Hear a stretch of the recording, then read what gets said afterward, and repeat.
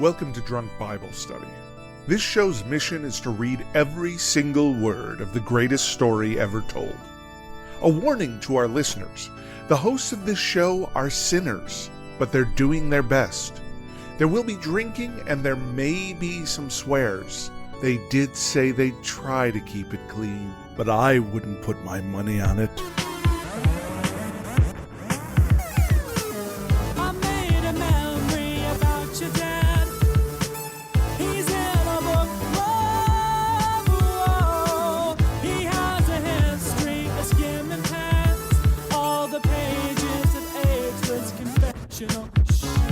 I'm Emily, and this is Drunk Bible Study, where my good friends Dedeker and Jace teach me, a born and raised atheist, all about the Bible.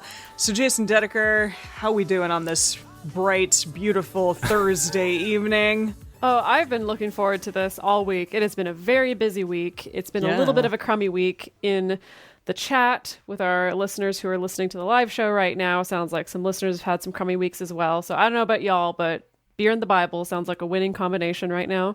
Yeah. There you go. A B&B. A B&B in the time of COVID is a beer and the Bible. There you go. I love it. Wow. Well, okay. What are you drinking? It looks like you are drinking a beer, Dedeker. Mm-hmm. Yeah, I'm drinking a Stone Buenaveza Salt and Lime Lager. So it's a lager. I feel like I've seen that at Trader Joe's. How is it? It's quite nice. It's very refreshing. It's probably the only Stone thing I can actually drink because normally they make these very punchy in the mouth kind of IPAs that the likes of you two can drink, and I cannot. Oh, yeah. Yeah. Uh-huh. How about you, Jace? I'm having a whiskey and grapefruit bubbly. Oh, wow. It's sort of like a La Croix, but more flavorful, which makes me assume it's somehow worse for me. But who knows? Does it have any calories? No, it's the same kind of like no sweetener, no calorie kind of thing, but it's a lot more flavorful than La Croix, which makes me suspicious. Interesting. Dark magic. Yeah. Wow. I have no idea what whiskey and a grapefruit type beverage would taste like, but I'm glad that you're enjoying it. Okay, so nice. What mixology Hall of Fame drink are you drinking right now, Amelia? Well, here. So this is a blackberry mojito with basil and mint. Wow. And also it's red and matches your top exactly. So it's like you coordinated the whole thing. I know, I didn't even realize that, but it's a little bit more purple on this end of the camera. But yeah, it essentially is just muddled blackberry with muddled lime wedges, basil, and mint, and then a little bit of agave with rum. And you shake it all up, and it creates this beautiful color. Very refreshing. Wow. Sounds nice. I've been eating a bunch of wild blackberries on my walks in the morning, like a little squirrel. I'm out there by myself furtively, hoping no one sees me, just cramming them into my mouth. We'll grab some of them and come home and make a cocktail with them. You're right. They wouldn't last that long. Oh, okay. Well, I guess they'll just go right into your stomach. right into the gob, yes. Yeah. So I'm trying to remember, last week was the long Ikea instructions on both other guy's house, Solomon's house, and then also God's house. Yeah. Now, do you remember the defining architectural characteristics of Solomon's house? A ton of patios for days. Patios. Porches. Yes. Porches, not patios, yeah. Everyone lives in a porch. Porches. Yeah. Remember the cool sort of central feature we spent a lot of time talking about? Oh, yeah, the butts of the oxen, those 4 oxen with their butts touching, and then also those they weren't little, right? They were pretty big circular baths that were perched upon the oxen. No, there was one big bath. The one big C was on top of the 4 oxen statues with their butts toward the middle. And then separately, there were, I think, 20 different basins. There were 10 basins ridiculous. And then 10 other basins for filling those basins that we never figured out what they were for. Yeah, no, we didn't even in the bonus episode. It was just this was a thing. And we'll be sure to post about it in our Drunk Bible Study Fans and Fellowship so everyone can see the architecture at its finest. And this probably isn't relevant at all, but do you remember sort of the stylistic difference between Yahweh's house and Solomon's house that he built for himself? It seemed like Solomon's house was way more impressive, although Yahweh's house had a bunch of gold. There you go. Yeah, Yahweh's house was all gold. Yeah. And Solomon's house was bronze. Oh, okay. Solomon's house is bronze. Yeah. Yeah. So, okay. That makes sense. Yeah. And if you God thought... was like, only the finest, spared no expense. Yeah, spared no expense. If you thought that you were done with talking about this temple, you were wrong, because that's where we're going back to right away as we get started today. Well, we surprisingly had a good time last time, so we I did. feel hopeful. We had a nice time. Yeah, it's true. Yeah. Well, strap in, everyone. Yeah. We're gonna. Yeah. What are we reading? Which chapters today? Right. So today we're continuing on with 1 Kings, 2 chapters, chapters 8 and 9. If you want, you can read along with us at drunkbiblestudy.com/read. Type in 1 Kings 8-9. As we get started, we want to remind everybody to read responsibly and drink responsibly. You can drink along with us, or you can listen to us in the car. But please do not do both at the same time. And with that, 1 Kings 8.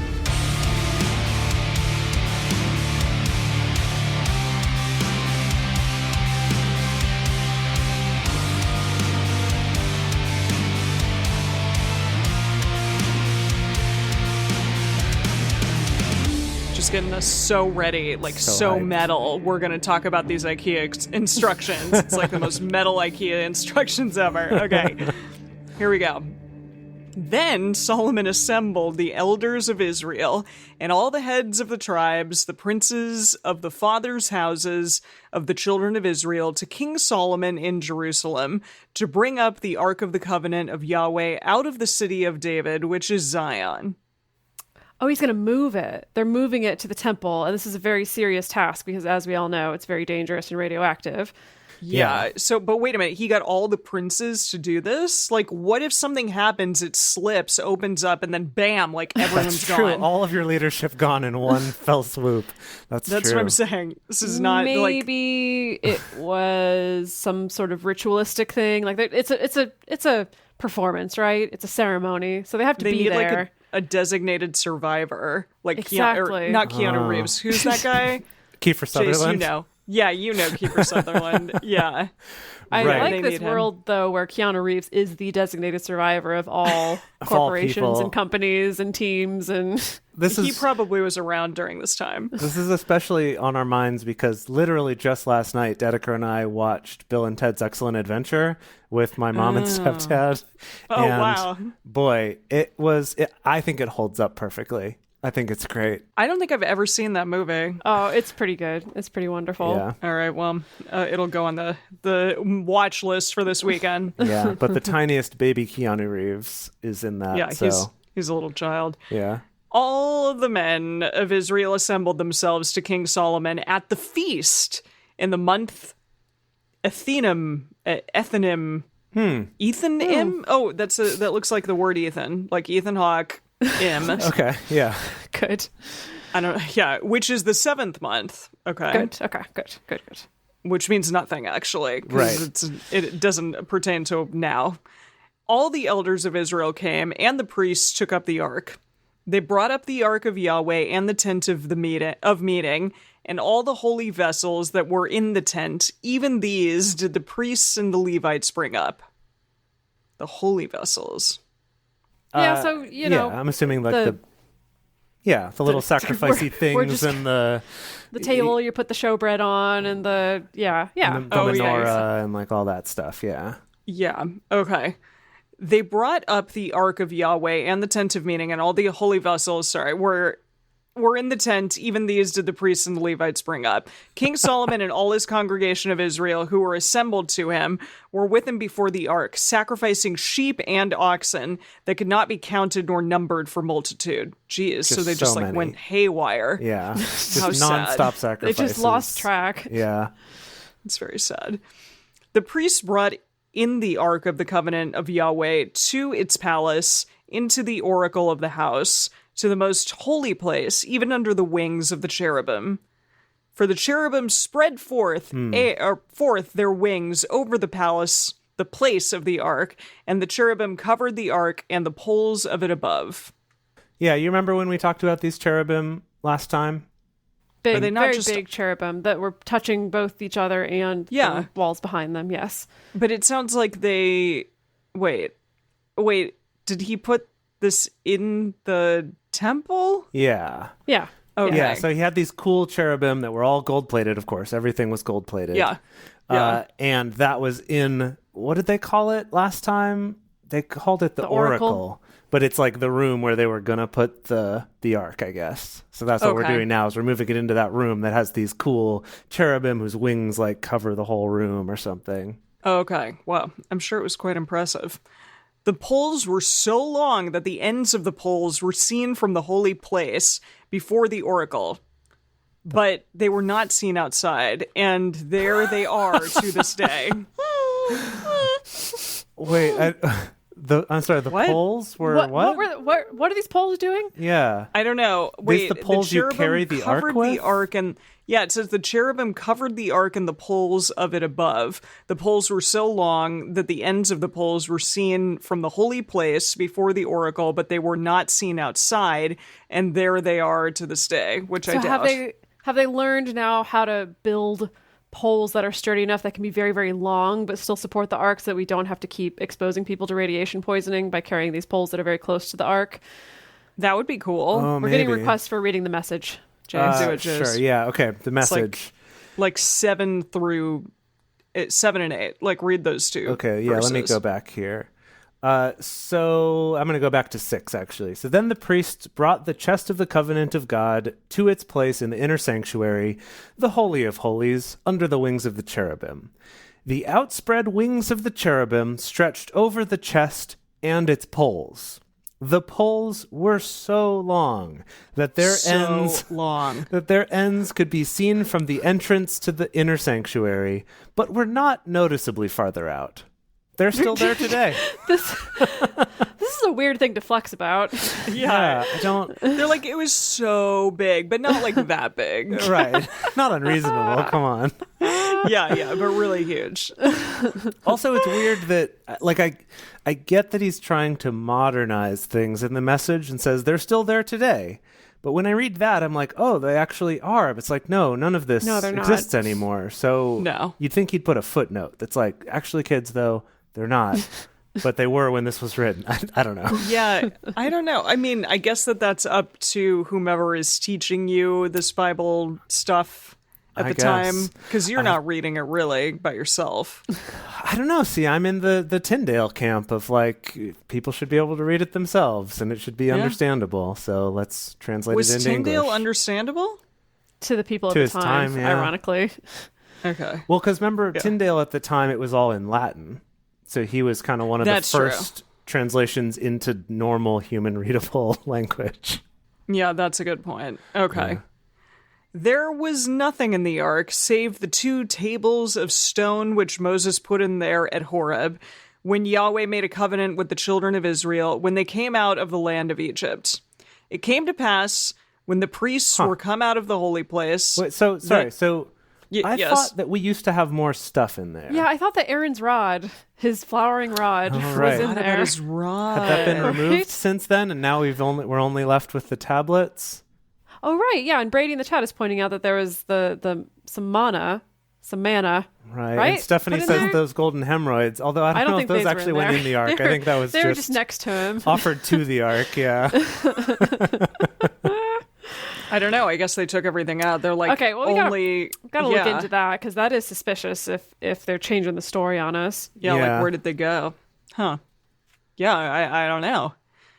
It came to pass, when the priests were come out of the holy place, that the cloud filled the house of Yahweh. The cloud. Meaning the God cloud. Yes. Yeah. Wow, that's been a while. God was like, I'm back. Since Exodus, right? When we last saw the cloud? Or is this the cloud of nuclear fallout? Let's find out. So the cloud filled the house of Yahweh, so that the priests could not stand to minister by reason of the cloud. For the glory of Yahweh filled the house of Yahweh. Yeah, nuclear fallout. Nice. They just couldn't stick around, because they're like, this is dangerous. Well, they had disturbed it all as they moved it, so extra radiation was coming out. It's got to be it. Yeah, I'm glad that they got out of there. Jeez. They probably knocked some years off their life by just being around it at all. Yeah.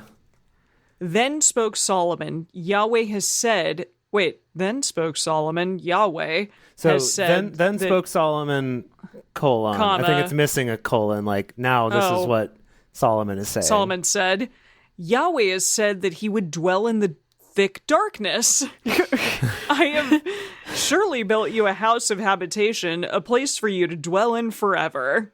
Oh, come on. Really he's not going to just be there. Like, he's not going to be there exclusively, I'm assuming. Well, but maybe Solomon's really hoping that he's made a place that is so cool. So nice, yeah. Yeah. That God's like, I'm just going to be here. The king turned his face about and blessed all the assembly of Israel, and all the assembly of Israel stood. He said, Blessed be Yahweh, the God of Israel, who spoke with his mouth to David, your father, and has with his hand fulfilled it, saying, Since this day I brought forth my people Israel out of Egypt. I chose no city out of all the tribes of Israel to build a house, that my name might be there, but I chose David to be over my people Israel. Great. Yeah, good. yeah. It's just like, my dad's awesome, therefore I'm awesome. Yes. Yeah. He's so wise. Now, it was in the heart of David, my father, to build a house for the name of Yahweh, the God of Israel. And God would have none of it. Yeah, but Yahweh said to David, my father, whereas it was in your heart to build a house for my name, you did well that it was in your heart. Nevertheless, you shall not build this house, but your son who shall come forth out of your loins, he shall build the house for my name. And he's like, and here I did it. I looked at the message here, and it's quite funny, but what you just read was also quite funny. It's like, that's great and all, but the message says... Wait, what did the message say? But God told him, it was good that you wanted to build a temple in my honor. Most commendable. But you are not the one to do it. Your son will build it to honor my name. That's Your good. son That's has very way better aesthetic. Most commendable, but actually totally bogus. Yeah, it's going to be the most triumphant palace. Oh my gosh, I love it. Yahweh has established his word that he spoke, for I am risen up in the room of David my father, and I sit on the throne of Israel as Yahweh promised, and I have built the house for the name of Yahweh, the God of Israel. Right. Gosh. Yeah. Why do all these men just have to sit here like talking, like waxing poetic about how awesome they are? I mean, what's changed? You know what, Dedeker? Thank you. You're absolutely right. You know what's funny is this whole thing of after something has happened that has been prophesied before, someone going on and on about the fact that, oh yeah, see, this is just like that prophecy, right? Remember, you guys all remember how that was prophesied, right? And now it's here. Like that's a theme through the whole Bible, all the way through the New Testament.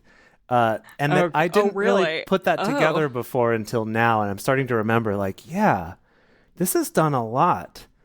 I know we talked about before, like, when they go through the whole lineage of Jesus in the New Testament, and we'll get there in more depth Jesse, eventually. That's but all of I know, Jesse's Jesse. line and all that, like, that's all part of trying to be like, so right, like, so just like the prophecy said, this is the thing, this is it, So right? maybe there's a little bit of retconning going on. Wait, is David from Jesse too? Yeah, David was Jesse's son. Oh yeah. So of Jesse's line, the David's... crown, and now another crown. Okay, so I see. So they're all the kings, and then Jesus is a king, but not really, Right? or something. Yeah, I don't know. Sure. We'll just leave it at that. Yeah. Okay, good. I'm not even gonna try to I don't know. Okay, there have I set a place for the ark, in which is the covenant of Yahweh, which he made with our fathers when he brought them out of the land of Egypt. Solomon stood before the altar of Yahweh in the presence of all the assembly of Israel and spread forth his hands towards heaven. And he said, Yahweh, the God of Israel, there is no God like you in heaven above or on earth beneath, who will keep covenant and loving kindness with your servants, who walk before you with all their heart, who have kept with your servant David, my father, that which you did promise him. Yes, you spoke with your mouth and have fulfilled it with your hand, as is this day. Wow. Oh, wow, goodness. this is like the first sermon, right? Or something? Oh, gosh. I don't know. if it's I mean, the not the sermon. first, but yeah, it does seem like he's sermonizing. Yeah, for sure. Now, therefore, Yahweh, the God of Israel, keep with your servant David, my father, that which you have promised him, saying, there shall not fall you, a man in my sight, to sit on the throne of Israel, if only your children take heed to their way, to walk before me as you have walked before me. Wait. So he's laying out. It's a transaction. We've been here before. It's the carrot and the stick kind of situation of these are all the good things you're going to get, but if you do any of these bad things, then it's going to be real bad. Yeah. Okay. Wait, so God said that? I thought that Solomon is basically saying, so like I did these things, so like everyone that I ever have, all of my kids from my loins are also going to be kings. Yeah, the kings all love to set Yahweh. that up. Okay. Yeah. They want to make sure that they're staying in power. Right. They want to reiterate how blessed their fathers were, but then also that their kids will be too, so that then their kids can make this speech in their turn. Here's nice for them. Interesting little formatting note is that, so in the Message, and I looked at a few other translations, and the Message is the only one that does this, but where it says that, he went out and said before everyone, he spread his hands and said, then it gets indented, like this is all a prayer that he's saying, which we've seen before, and the others do that too, like the NIV does that as well, but then certain words or certain sections it then indents one more time, like a quote within a quote, or a song something. within a song. Yeah, a play within a play, something like that. So this part. So Emily, right after you finished there, verse 26 is inset a little more, and it almost makes me feel like it's like a call and response. Like he said all the first part, and then over here is then everyone responded. Okay. I don't know. I think that's a little I'm trying to figure out. Yeah. Well, okay. You're like, what is this? Like, why is this here? Well, you can write it down to perhaps look at. I mean, I don't know how I would. Why is there indentation extra in the Message? I can't. Can we please I can't even get through the imagine song? Googling that. Okay. It's a sermon. Sermon, song, prayer, whatever it is. Whatever this is. Okay. Now, therefore, God of Israel, please let your word be verified, which you spoke to your servant David, my father. But will God in very deed dwell on this earth? Behold, heaven and the heaven of heavens. Pretty good. Can't contain you. How much less this house that I have built? Okay, like, if heaven can't contain you, then this house certainly won't. Right. So why did I spend all this time and these many years putting gold on everything? Yeah, however. Yet have respect for the prayer of your servant and for his supplication, Yahweh my God, to listen to the cry and to the prayer which your servant prays before you this day, that your eyes may be open toward the house night and day, even toward the place of which you have said, my name shall be there, to listen to the prayer which your servant shall pray toward this place. Listen you to the supplication of your servant and of your people Israel, when they shall pray toward this place, yes, here in heaven, your dwelling place, and when you hear, forgive. If a man sin against his neighbor, and an oath be laid on him to cause him to swear, and he come and swear before your altar in this house, then hear you in heaven, and do, and judge your servants condemning the wicked, to bring his way on his own head, and justifying the righteous, to give him according to his righteousness. Oh, I need the that message. was so confusing. Yeah, that was so many. I don't know what just happened. Praying prayers and swearing swears and oathing oaths and all these things. Okay. Yeah, that's also the end of my section. Oh, so, jeez. Okay. Okay. Well, Right, what does the yeah. message say, Chase? The Message says, when someone hurts a neighbor and promises to make things right, and then comes and repeats the promise before your altar in this temple, listen from heaven and act accordingly, judge your servants, making the offender pay for his offense and setting the offended free of any charges. still don't understand, but okay. It's just sort of like He's help setting out, up- I guess. Yeah, there's some divine judgment going on. Yeah. God's just- going to sort him out, you know? Be cool, Gotta be cool. be. Okay. Yeah. Be cool. That's what he's saying. That's it. All right. When your people Israel are struck down before the enemy because they have sinned against you, if they turn again to you and confess your name and pray and make supplication to you in this house, then hear you in heaven and forgive the sin of your people Israel and bring them again to the land which you gave to their fathers. When the sky is shut up and there is no rain, Shut up, Sky. because they have sinned against you, if they pray toward this place and confess your name and turn from their sin when you do afflict them, Then hear in the heaven, and forgive the sin of your servants and of your people Israel, when you teach them the good way in which they should walk, and send rain on your land, which you have given to your people for an inheritance. So Solomon's just trying to set up like, hey, if they do bad things and they turn that around, then be cool with it. Yeah. Forgive him. Give us rain again. Do you think that God is learning? Like, is he becoming a better God? A better, kinder God? Over time? Huh. Well, he's definitely gotten a lot quieter recently. That's You're true. right. But I thought that he said that he was going to get quieter. He's like, I'm done with you people. Like, I'm done talking to y'all. I suppose, he's got a little more hands off, you know? Yeah. Definitely more hands off, that's for sure. Yeah, he used to just be like striking down people left and right for anything and coming down and talking with people and becoming a burning bush and stuff. But now, like, not so much. Yeah. Yeah, that's true. If there be in the land famine, if there be pestilence, if there be blasting or mildew, locust. Blasting it's like a, what? That's like when crops die. It's like a, right? Okay. Blasting? I don't know. Yeah. Well, I remember we looked up, gosh, this was many episodes ago. They also talked about crops being blasted. Yeah, it is like a blight on crops, I think. A blight. That's the word I'm looking for. Yes. Huh. Locust or caterpillar. If their enemy besiege them in the land of their cities, whatever plague, whatever sickness there be, whatever prayer or supplication be made by any man, or by all your people Israel, who shall know every man the plague of his own heart, and spread forth his hands toward this house, then hear in heaven your dwelling place, and forgive, and do, and render to every man according to all his ways, whose heart you know. For you, even you only, know the hearts of all the children of men. Starring Clive Owens. Okay.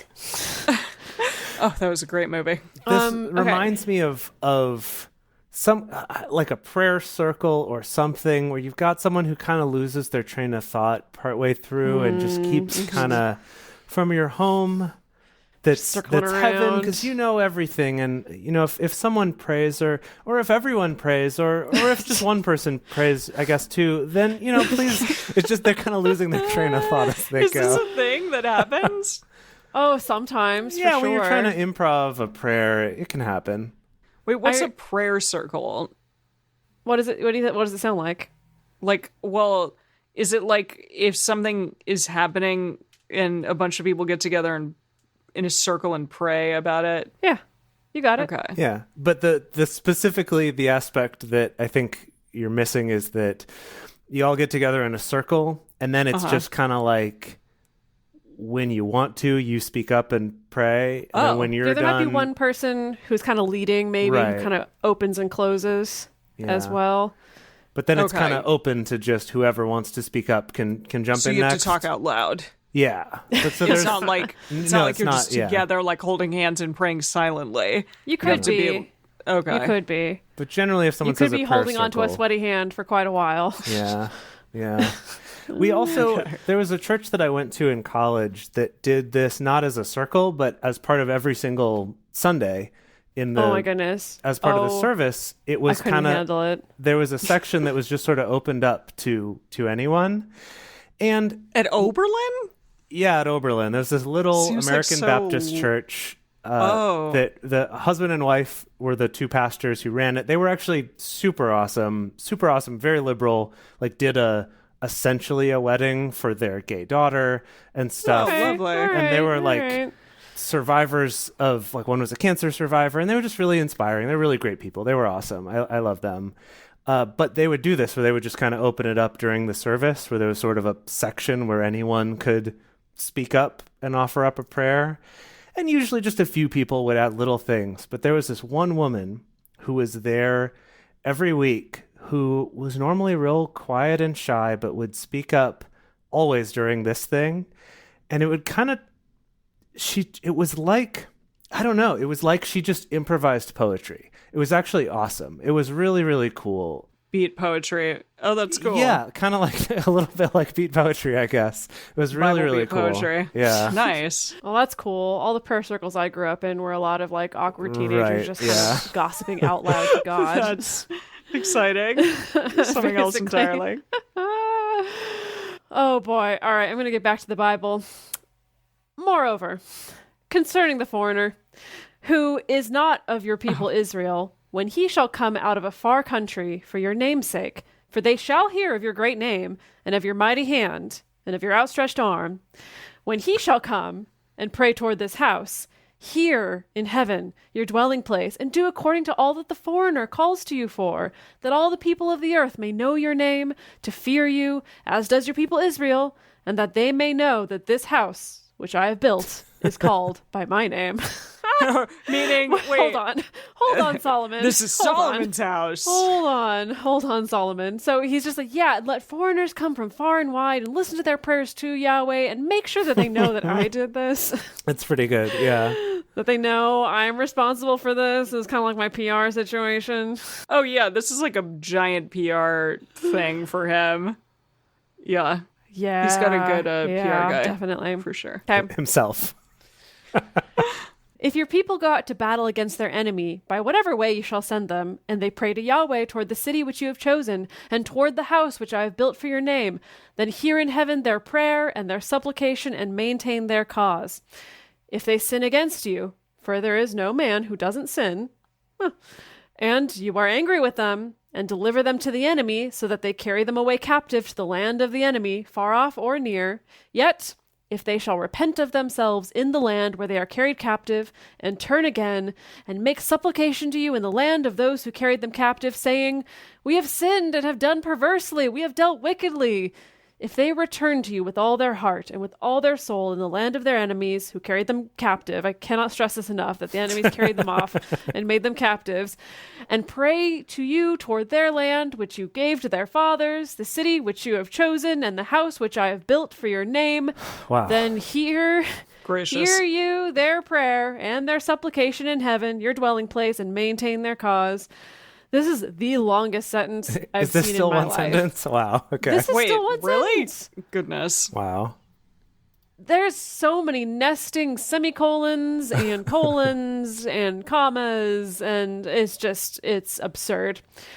Oh gosh, okay, and forgive your people who have sinned against you and all their transgressions in which they have transgressed against you, and give them compassion before those who carried them captive, that they may have compassion on them, for they are your people and your inheritance, which you brought forth out of Egypt from the midst of the furnace of iron. Furnace of iron. That's wow. the first one we've heard of that. What does that Okay. mean? Is it kind of like the Avenger of Blood? Oh, yeah. Is it like, well, remember there was something about them straying from God and they would be like in a cast iron skillet? Do you remember What? this? No, there was going to be I don't like, remember a cast iron skillet. there was going to be It's gonna make iron, breakfast out of him. iron below them and steel above them or bronze above them. Do you remember this So analogy? like in a crock pot? Well, that was our What? joke, that it was like they were describing a crock pot or something. Does no one remember toss this? them all in? No one in the chat is No. remembering this. I'll find it. Don't worry. I'll find it. I don't remember the Okay. skillet analogy. We've read a lot of this, though.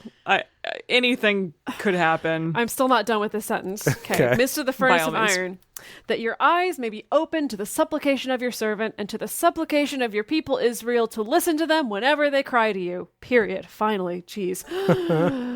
For you did separate them from among all the peoples of the earth to be your inheritance, as you spoke by Moses your servant when you brought our fathers out of Egypt, Lord Yahweh. It was so that when... Okay, I think this is the end of the prayer. Yes, okay. I don't have any nice formatting to let me know that, so I think we're moving on. It was so that when Solomon had made an end of praying all this prayer and supplication to Yahweh, he arose from before the altar of Yahweh, from kneeling on his knees with his hands spread forth toward heaven. He stood and blessed all the assembly of Israel with a loud voice, saying, Rah. Blessed be Yahweh, who has given rest to his people Israel, according to all that he promised. There has not failed one word of all his good promise, which he promised by Moses his servant. Yahweh our God be with us, as he was with our fathers. Let him not leave us, nor forsake us, that he may incline our hearts to him, to walk in all his ways, and to keep his commandments, and his statutes, and his ordinances, which he commanded our fathers. Let these words, with which... I thought you were wrapping up and then it just keeps going. Nope. Okay. Nope. Oh, I got a long way to go. Just buckle in. Let these words with which I have made supplication before Yahweh be near to Yahweh our God day and night, that he maintain the cause of his servant and the cause of his people Israel as every day shall require, that all the peoples of the earth may know that Yahweh, he is God. There is none else. Let your heart, therefore, be perfect with Yahweh our God, to walk in his statutes and to keep his commandments as at this day. Okay, I think maybe he's finally done speaking. Okay, the king and all Israel with him offered sacrifice before Yahweh. Another one? Yep. Or maybe this is a part of that sort of continuous nonstop sacrificing. Okay. Train of animal killing. Solomon offered for the sacrifice of peace offerings, which he offered to Yahweh, 220,000 oxen. What? And 120,000 sheep. Impossible. Oh, there's no way he has 120,000 sheep. There's not that many sheep in the world. There's definitely that many sheep in the world. There definitely are. Okay, but still. Let me just look at how many sheep are in the world. 1 billion. There's 33 million sheep in New Zealand. Yeah. There's 1 billion sheep in the world, apparently. 5 million in the United States. Okay, fine. Wow, okay.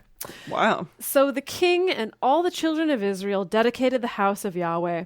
The same day did the king make the middle of the court holy. That was before the house of Yahweh.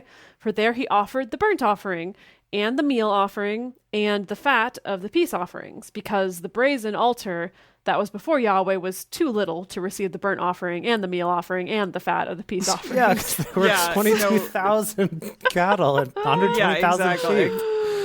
Gosh. So Solomon held the feast at that time, and all Israel with him, a great assembly, from the entrance of Hamath to the brook of Egypt, before Yahweh our God, 7 days, and 7 days, even 14 days. Wait, like 14 days? What? Yeah, I think so. He's I have like, 7 days, put 7 them days. together. Do I hear 14 days? Do I hear 14 days? 14 days to King Solomon.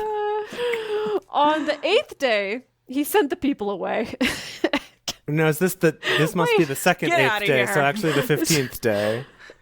You think, the 15th. That's really It's got to be, right? confusing. It's like 7 days and then another 7 and then the 8th day. You don't then think that it was 8 days in, he's just like, oh, I'm sick of this. I want to celebrate with Yahweh on my own for the next 6 Oh, I days. see. 6 for the days, next- yeah, maybe? okay. Yeah. Right. On the 8th day, he sent the people away, and they blessed the king and went to their tents joyful and glad of heart for all the goodness that Yahweh had shown to David his servant and to Israel his people. Well, it sounds like, they had to sit through a kind of boring sermon, but then it sounds like a great party after that. Yeah. Yeah. Just Probably had a nice time. Lots of meat. blood and guts everywhere. Yeah. Wow. Goodness. Also, it's Awful. funny that earlier in this same chapter, they were like, there were so many sacrifices, you couldn't even count them. And at the end, Yeah. it's like, it was 22,000 of these and 120,000 of these other ones. Well, that's what I'm asking is like, was it that total, or did they do a bunch of sacrifices before that they I couldn't see. count, and then they did the sermon, and then they did 22,000 more sacrifices? Yeah, maybe they did some sacrifices and we're like, guys, that was a lot. We guys should tell people. And they're like, I didn't count. Did you? So they're like, next time, let's be sure. Let's be sure and count so that we can write it down. We just got really excited, went kind of buck wild, and just grabbing whatever we could get. Clearly. Grab a squirrel. Yeah. Oh wait, squirrels are probably unclean, huh? No, they're definitely unclean. Yeah, it's no good. Yeah. Okay. Can't good. sacrifice squirrels. Okay. All Okay. right. Well, gosh, as we go on to our next chapter, we want to take a quick moment first to talk about how you can support this show and keep it coming to everybody and these live shows for free. Continuing on with 1 Kings chapter 9. It happened when Solomon had finished the building of the house of Yahweh and the king's house, and all Solomon's desire which he was pleased to do, that Yahweh appeared to Solomon the second time, as he appeared to him at Gibeon. Wow. Whoa. What's going to happen now? Yahweh said to him, I have heard your prayer and your supplication that you have made before me. I have It made was all right. It's okay. Like, I've seen better, but good job. I have made this house holy, which you have built, to put my name there forever, and my eyes and my heart shall be there perpetually. As for you, if you will walk before me, as David your father walked, in integrity of heart and in uprightness, to do according to all that I have commanded you, and will keep my statutes and my ordinances, then I will establish the throne of your kingdom over Israel forever, according as I promised to David your father, saying, still going, there shall not fail you a man on the throne of Israel. Period. Great. Okay. All right. Sounds good Shall so far. not fail you. Yeah. That there shall not fail you a man on the throne of Israel. I think saying like all the kings of Israel are not going to fail. Are going to love me. They're going to be there. I thought it was like they're not going to be failures. Exist. Oh. I don't know. They're not I going don't know. to hashtag king fail. Was Saul not a bit of a failure? Like, what constitutes a failure? Well, he's not talking about past fail kings. He's talking, he's talking about David future and Like, fail from his kings. David line. on? Yeah, I guess Okay. so. Yeah. Yeah. But Okay.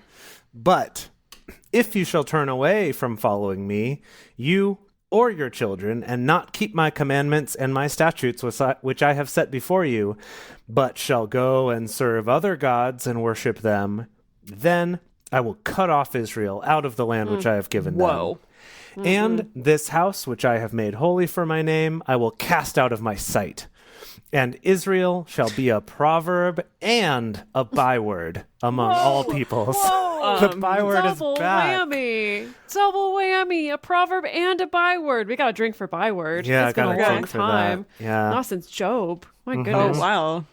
Gosh, and That's I'm what I don't realizing remember. if people are coming along and listening to this podcast in book order, they haven't even gotten to Job with the byword yet, too. So for those of you who I don't forget know, what happened with the byword. well, a Just that byword, Job was saying his name had become a byword, and a byword is like a what? A pejorative, essentially. Oh, okay. it's like oh, you're pulling a Job, or it's like, oh yeah, that guy's a real Job. It's like a Karen is a byword. I know? see. Yeah. Yeah. It's just sort of like a commonplace saying that means a thing. Yeah. Yeah. Okay. I like the idea that Job was the Karen of his day. It's pretty good. Boy. Also, I'm not sure if he was exactly the current of his day, but yeah. He was something all right. Yeah. Also, I did look up during the break what I was thinking of with the cast iron skillet that we were inside of. Oh. And it was Deuteronomy chapter 28, verse 23. This was, remember the whole carrot and the stick thing? Where this was Yeah. one of the early times when Yahweh was talking about how great it would all be, but then got really dark about how bad it would be when they would be like eating their children and not even sharing them with their neighbors. Right. That part of that was verse 23, your sky that is over your head will be bronze, and the earth that is under you will be iron. Talking about like right. the sky being cloudy, So, I guess, yes, but the like earth a not nice- producing. A nice But Dutch bronze. But a oven. nice Yeah, Dutch exactly. oven. Yeah, exactly. Yeah. Gonna Gotcha. really be packed in there. Okay. Can really make a nice stew out of them Israelites. There But you I go. think he's doing a similar thing, right? Of the, it's going to be so great, none of your kings will fail.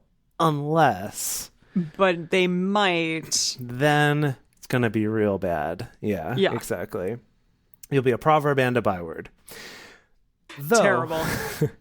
Though this house is so high, yet shall everyone who passes by it be astonished, and shall hiss, and they shall say, why has Yahweh done thus to this land and to this house? And they shall answer, because they forsook Yahweh their God, who brought forth their fathers out of the land of Egypt, and laid hold on other gods, and worshipped them, and served them. Therefore, Yahweh has brought all this evil on them. Okay. I'm having trouble parsing that. The hissing. I was lost at the hissing. The house is high. The people are going to walk by and hiss.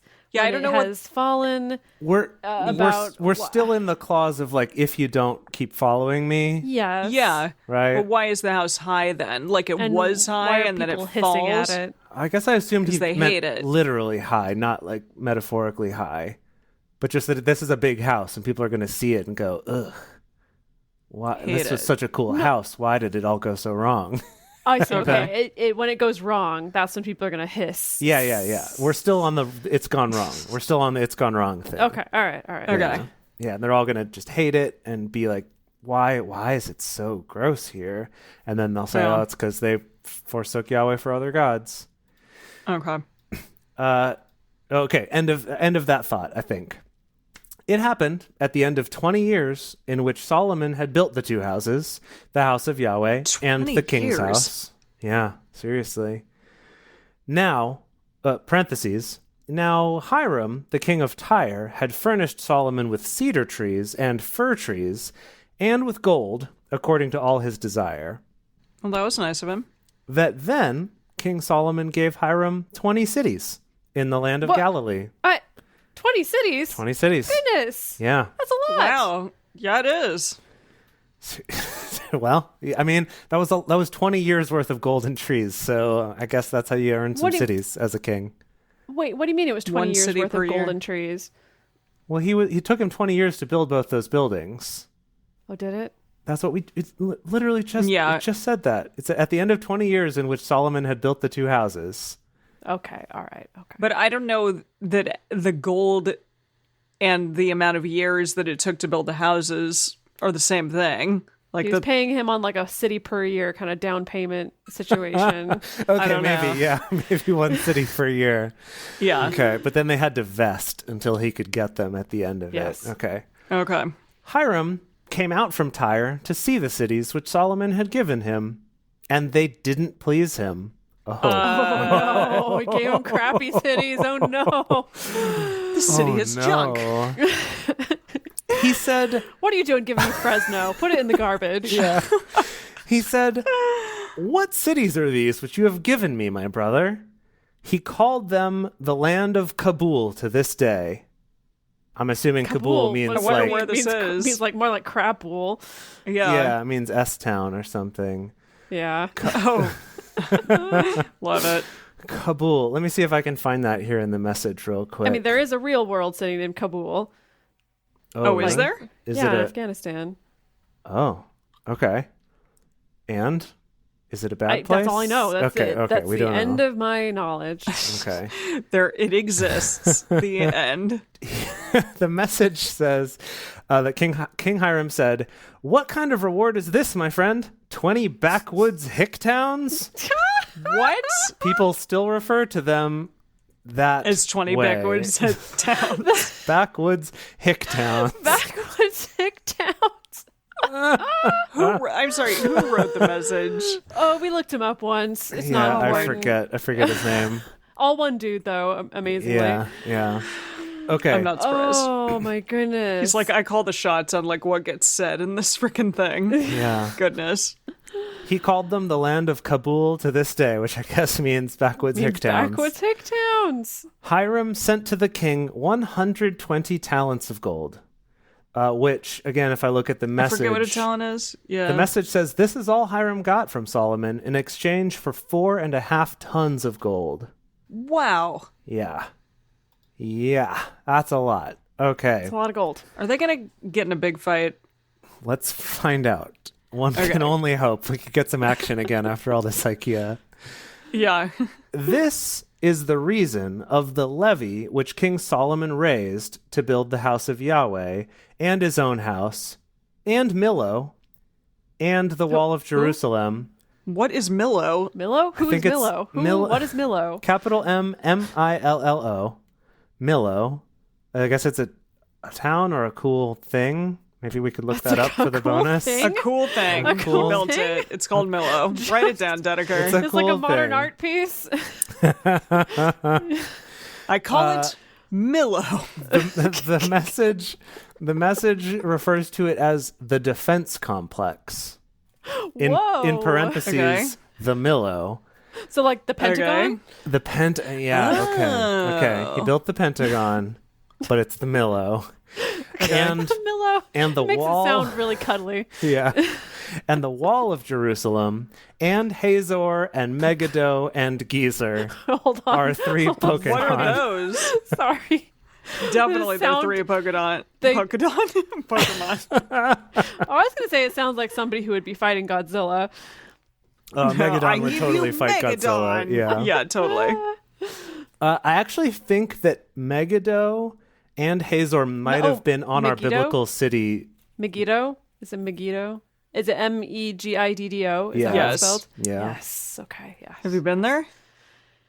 No, but I know that the name is important and is real. Oh. Okay. I'm pretty sure it was one of the things on our Bible City or pharmaceutical or Pokemon quiz that we did months and months ago. Oh, I remember. That was a blast. Okay, so sure. So we built so that's what I'm confused. They're saying that this is the reason of the levy which King Solomon raised to build all those things. Pharaoh, king of Egypt, had gone up and taken Gezer and burnt it with fire and slain the Canaanites who lived in the city and given it for a portion to his daughter, Solomon's wife. Oh, so now Solomon's going to get it back because I think Pharaoh's he daughter already had owns it now? Maybe that was the dowry. Wait. Was the city of Gezer burnt to the ground? Here you go. Yeah. This sucks. That feels like kind of a slap in the face. Well, it Yeah, says Solomon built Gezer and Beth Horon the lower. So yeah, maybe it's like his dowry from Pharaoh was the burned down city of Gezer that then Solomon rebuilt. Gosh. Solomon built It was a fixer-upper city. Gezer and Beth Horon the lower, and Baalath and Tamar in the wilderness in the land. And all the store cities that Solomon had, just like mall towns, like outlet mall cities that Solomon had. The outlet complex. Yeah, the outlet cities.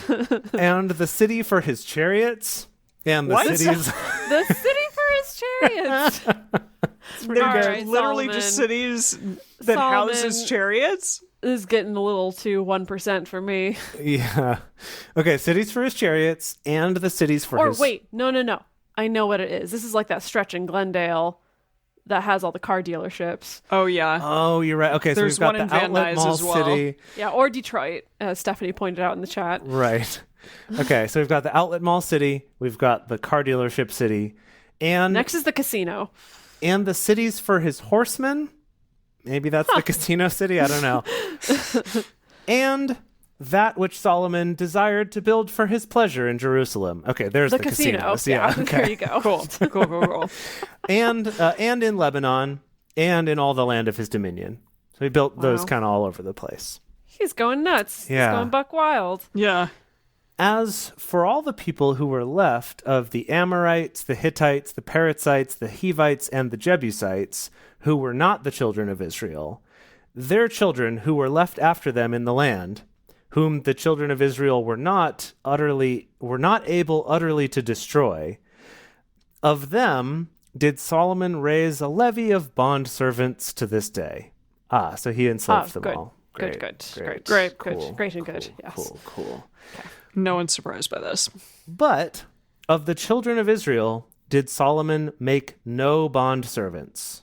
Okay. But so this is basically like just make servants of the people who are not like you. Well, yeah. But not your own people. But didn't we in like Leviticus and Deuteronomy, didn't we get laws regarding slaves that were Israelites versus slaves that are foreigners? Yeah, I think this is a change. I think he's changing it up, being like it's a new humanitarian policy. We're not going to enslave our own people. Right, only other people. Yeah, boy. Jeez.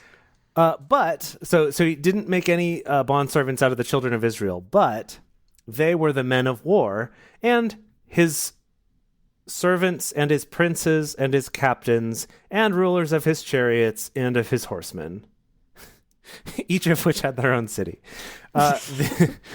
These were the chief officers who were over Solomon's work, 550. Oh, that's it. Okay. Who bore rule over the people who labored in the work. But Pharaoh's daughter came up out of the city of David to her house, which Solomon had built for her. I think the porch. It was the porch. They mean Let's the porch. Be clear. Yeah. She's like, I'm leaving my porch.